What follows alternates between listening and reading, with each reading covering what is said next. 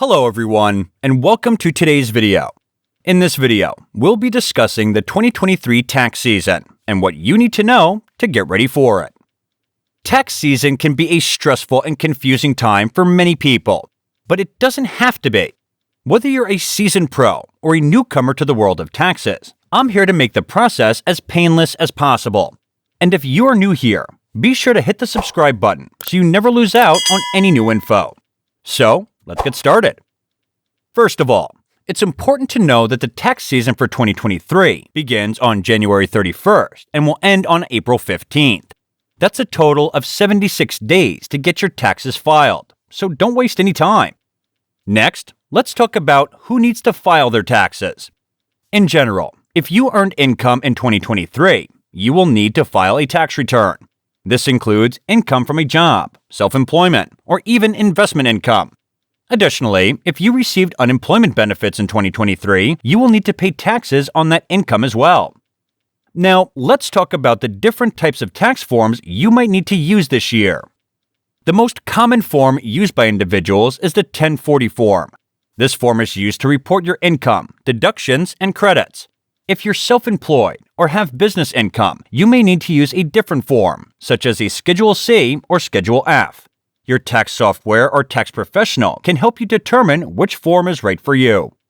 Another important aspect of the 2023 tax season is the tax changes that have taken place. One major change this year is the American Rescue Plan Act, which was signed into law in March of 2023.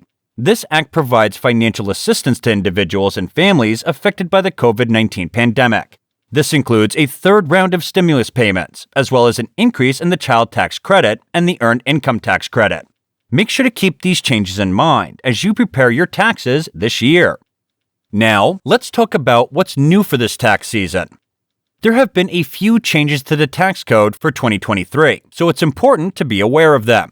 For example, the standard deduction has increased for both individual filers and married couples. This means that if you choose to take the standard deduction, you get a larger amount deducted from your taxable income. In addition to the increased standard deduction, there are also some changes to the tax brackets for 2023. The brackets have been adjusted to account for inflation, so make sure to check out the IRS website to see how these changes may impact you. Now, let's talk about some of the key things you'll need to have in order to get started with your 2023 taxes. Firstly, you'll need your W-2 form, which is a statement of your income and taxes withheld from your employer. Make sure you have all your W-2 forms ready, as you'll need them to accurately complete your tax return. In addition to your W-2 form, you may also need other forms, such as your 1099 form, if you receive income from freelance work or investments. Make sure you have all the forms you need before you start your tax return, as it will make the process much easier. Another important thing to have is a record of your expenses. This can include things like a charitable donation, medical expenses, and business expenses if you're self-employed. Make sure you have receipts and records for these expenses, as they can help you lower your taxable income and reduce the amount of taxes you owe. Once you have all the forms and records you need, you can start to fill out your tax return. You can do this either by hand or by using tax software. There are many options available, both free and paid. So take some time to research and find one that works best for you. I have included links in the description for some of the most common tax softwares, some of which are free to use. Tax software can be a great option for those who have simple tax returns. If you're new to taxes or find them confusing, don't worry. There are many resources available to help you, including the IRS website, local tax preparers, and even tax preparation classes. These resources can provide you with the information and guidance you need to get your taxes done correctly. Another option to consider is hiring a tax professional.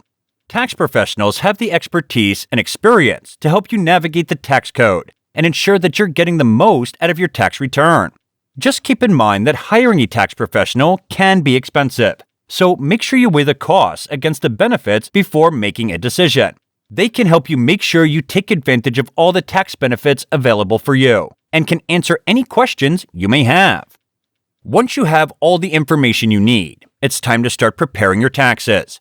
Make sure you have all your W-2s, 1099s, and other important tax documents ready to go. Then, Simply enter the information into your tax software or give it to your tax professional. They will take care of the rest. Now, let's talk about what to do if you owe taxes this year. If you owe taxes, you have a few options for paying them. You can pay online using the IRS Direct Pay option, or you can pay by mail using a check or money order. You can also choose to have the taxes automatically withdrawn from your bank account using the Electronic Federal Tax Payment System. Whatever payment method you choose, make sure you pay on time to avoid late fees and penalties. And finally, make sure you're aware of the deadlines for filing your taxes. The deadline for most people is April 15th, but there are some exceptions, such as if you're self-employed or if you need an extension.